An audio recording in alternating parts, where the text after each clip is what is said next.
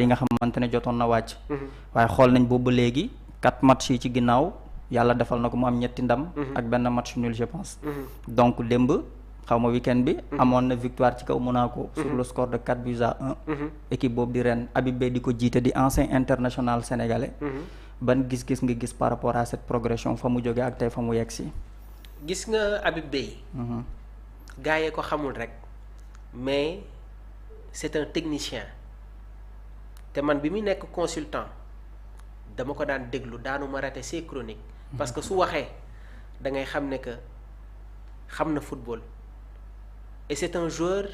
c'est un coach laay wax qui maîtrise la discipline tactique et loolu dafa nekk un aspect très fondamental ci football dans le football. bi ren footballé ak Olympique Lyonnais Lyon mëne ko ci benn match ren jëli ko si laa njëkk a toog ne le lendemain bi ñu defee plateau dam leen ne Habib vraiment c'est un technicien te entraîneur bu am sañ-sañ la te Habib Beye il a la même philosophie de Pape Bouna Thiaw parce que c'est quelqu'un qui mise sur l'offensive ba pare dafa maîtriser benn schéma muy le schéma 3-5-2 et c'est un entraîneur qui prend ses responsabilités xoolal histoire bi nga xamante ne am na ko ak Sékou Fofana actuellement teg na ko ci banc bi et man gëm naa ne sax fii ak mois de janvier bi Sékou Fofana mun na quitter ren mais da ngay gis ne que dans le schéma tactique bi nga xamante ne mi ngi koy proposer c'est quelqu'un qui mise sur l'offensive donc ren nag am nañu confiance ci moom wóolu nañ ko may nañ ko temps et aujourd'hui résultat yaa ngi nii il enchaîne les bonnes performances il enchaîne les victoires et je pense que fii ak janvier bi dans la deuxième partie de la saison Habib Beye ak clubam dinañu bokk ci équipe yi nga xamante ne leur objectif sera encore une fois d'avoir une place sur les tournées européennes yaya voilà macha allah Mamour amatina solo vraiment analyse yi leer na xam-xam baa ngi fi lépp ngi fi jërëjëf donc juste aussi dañuy plonger dem fële ci Allemagne. Bayern moo fa am ndam. waaye ñun moom li ñu ëppal solo waaye li ñu amal solo suñu orientation fañ koy teg mooy suñu joueurs yi ndax kii di Nicolas Jackson yàlla def ni que mu dugal fa but yi nga xamante ne permettre na Bayern am victoire. Nicolas dama ko yàggoon wax. parce que seetaan nañ ko Casa Sport seetaan nañ ko Villarreal seetaan nañ ko Chelsea. Nicolas Jackson c'est un joueur c'est un excellent joueur et ñu bëri dañuy critiquer Nicolas sur l'aspect mental mais Nicolas nekk na joueur boo xamante ne mun na dékku pression parce que à chaque fois suñ ko critiquer su génnee di wax danaan critique ci football la bokk mais man des fois du ma bëgg di focaliser wu sur les critiques parce que xam naa lan laa mën je sais quelles sont les exigences quelles sont les attentes bi mu amee problème ak Chelsea ak Chelsea beaucoup d'internautes m'ont contacté ñenn ñi. ma xamal leen ne leen xaw ma Nicolas musuma déggante ak moom musuma ko gis à part stade dem toog seetaan ko mais nag il faut louer ses qualités Nicolas bi muy nekk Casa Sport. bi muy nekk Villarreal ak bi muy nekk Chelsea li muy football dafa wuute parce que Casa fii ñi ngi ko doon woowee Neymar mu doon évoluer sur les côtés bi mu demee Villarreal Unai Emery di ko utiliser loo ci benn registre bu bees. est-ce que yaa ngi comprendre. bi mu ñëwee Chelsea année boobu noonu Chelsea dafa dem jëli Christopher Nkunku Leipzig Chelsea war a adopter lu bees. parce que Chelsea dañu mës a am ay numéro 9 traditionnel. Hernan Crespo. Didier Drogba. Andrei Shevchenko. Nicolas Anelka. Samuel Eto'o. Demba Ba. Fernando Torres. Diego Costa. Gonzalo Higuaín. Alvaro Morata. j'en cite c'est des joueurs yi nga xamante ne ay numéro 9 traditionnel lañ. Nicolas bi muy ñëw Chelsea. lañ ko xamal ne que c'est toi qui va être le numéro 9 attaquant de pointe boobu noonu fixe bi si la ko commencé di football parce que bi muy nekk Villarreal Unai Emery daanu ko utiliser loo comme un 9 comme attaquant de pointe daf ko doon teg ci ginnaaw Gérard Moreno Nicolas di tourner di jël si bal yi nekk un apport avec le milieu de terrain jamono jooju noonu le milieu de terrain du Villarreal il y avait Parejo Coquelin ak Capoue ñoom ñoo nekkoon ci boobu le milieu de terrain donc Unai Emery dafa doon utiliser loo Nicolas Jackson comme un relais un point entre le milieu de terrain ak l'attaque bi mu ñëwee Chelsea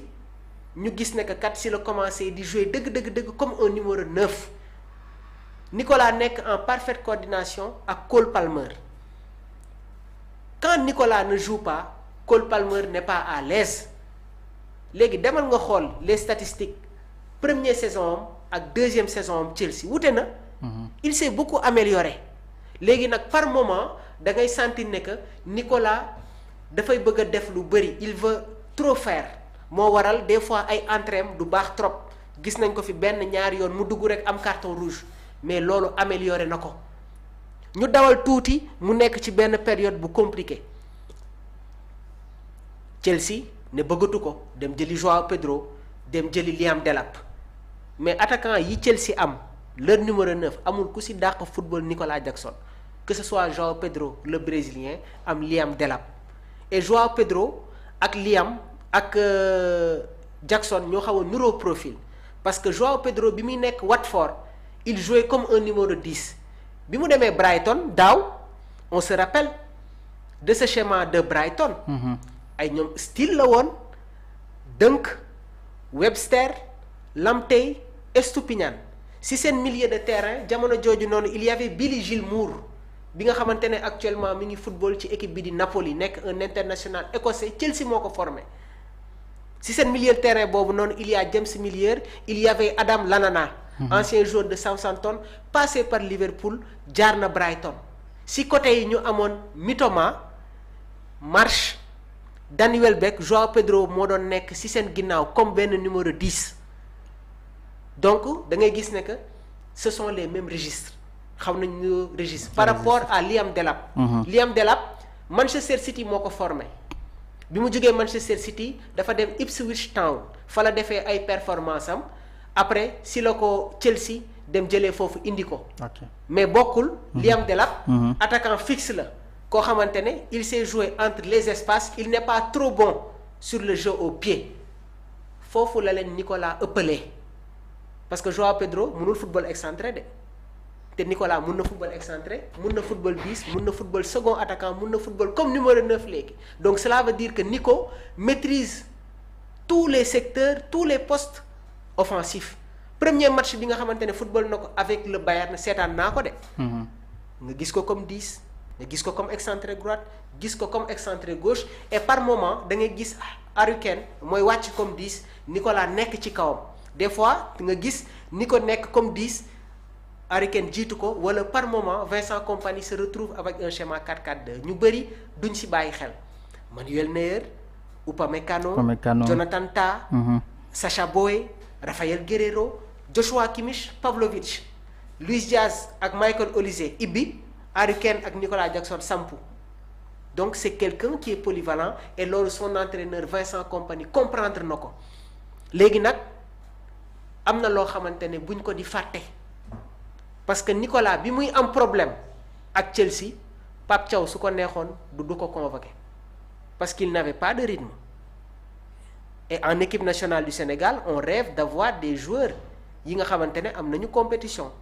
on rêve d'avoir des joueurs yi nga xamante ne am nañu rythme mais gis nga Pape Thiaw dafa nekk technicien boo xamante ne toujours rek dafay jox confiance joueur bi mu may ko confiance contre la RDC on a vu ce qui s'est passé contre l'Angleterre seetaan nañu Nicolas Jackson ak yeneen léegi nag jamono jii nii il doit être dans une continuité parce que bërki démb match bi nga xamante ne Bayern football na ko ak Fribourg il a fait son entrée il a marqué son but léegi question bi may poser mooy est-ce que Nicolas Jackson est un joker de luxe pour Vincent Kompany est-ce que Nicolas Jackson va bouleverser la hiérarchie de la formation bavaroise point d'interrogation mais man li ma gëm li nga gëm mooy d'ici ak la Coupe d'Afrique des Nations dinañu retrouver waat le Nicolas qu'on avait au Villarreal tey jii Pape Thiaw a compris que le Sénégal doit compter sur Nicolas Jackson comme numéro 9 parce que jamono jii ci attaquant yi nag amul ku ko ci gën a nekk et contre le Brésil wane na ko contre le Kenya firndeel na ko mu ñëwaat son premier match avec le Bayern doggali. donc dafay nekk waaw. Mamour ci loolu noonu. xam nga keroog fornaas yi doyen góor gi. waaw ñu ngi koy ziare au passage. di ko màggal bu baax a baax. mu ne Nico c'est un